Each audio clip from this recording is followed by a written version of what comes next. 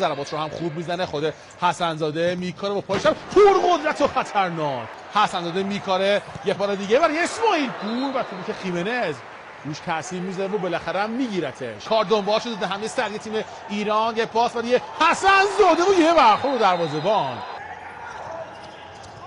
توپگیری بچهای تیم ملی ما یه حرکت زمین زمینی. کوچ شلواری که با برد تیمش همراه میشه باید تا آخر بازی‌ها تنش باشه. دروازه خالی بود.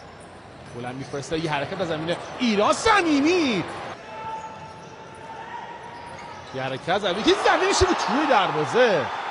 متاسفانه دروازه ما باز شد و مارتینز این کار انجام میده. خیلی شانسی هم ضربه شده تو مسیر ضربه سالاس. ببینید با هم اینطوری اشتباه احمدی یک ضربه سر داخل دروازه ما. صمیمی حسونه میذاره برای بار دوم دروازمون باز بشه.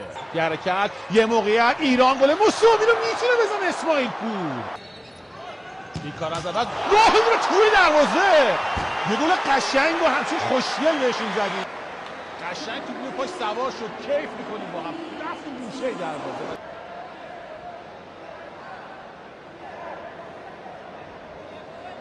پرتاب بلند صمیمی یه برخورد و خطا که پاس رو فالکائو زد. زمین محکم و بار کلمه صمیمی. حمله پاراگوئه تو این دقایق تو این ثانیه ها نباید گل بخوریم اما میخوریم.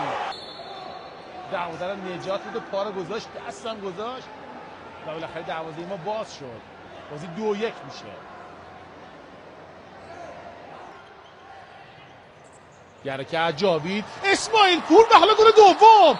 گل دوم به سود ایرانه. نه داور خطای هند توکلی رو گرفته و کارت زرد هم بهش نشون میده.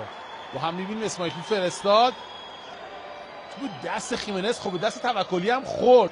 یه بار دیگه فشار ایران. توکلی داخل زمینه. پاراگوئه ما خوب پاسداری میکنیم. ایران 2-1 فعلا بازی رو واگذار کرد. اسماعیل پور ضربه‌اش از راه میدونه.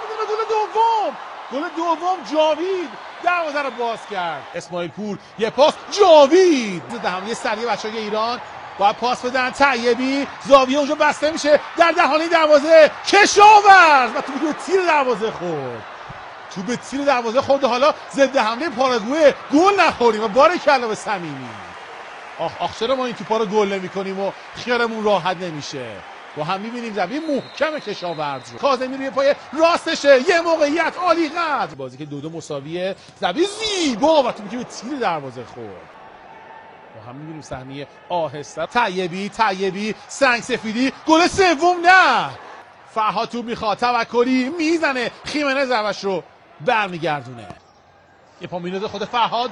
گل سوم کاملا کشید بازی کنه تیم ما رو و کارت قرمز. کشاورز حسن‌زاده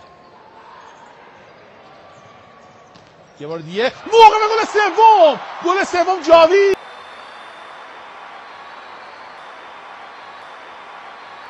یه پاور پلی استفاده میکنه پاراگوئه. دروازه‌شون الان خالیه. ویالبا ضربه‌اش رو محکم میزنه و گل سوم رو هم میزنه. چقدر بد خورد این گل رو.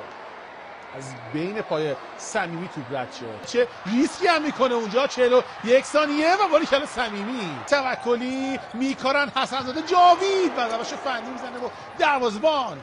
مسیر بسته شد. کار دنبال میشه. جاوید زمین محکم اشتباهی دروازه‌بان. گل چهارم واسه ایران.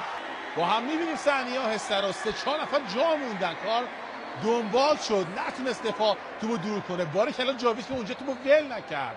اشتباه اسپینولا و حالا گل برتری ایران. خطرناکه. ویال با محکم میزنه و تو به تیر خورد. 2 ثانیه 1 ثانیه تمومه. ایران 4-3 میبره پاراگوئه رو و ما به جمع 4 تیم برتر دنیا برای اولین بار راه پیدا میکنیم.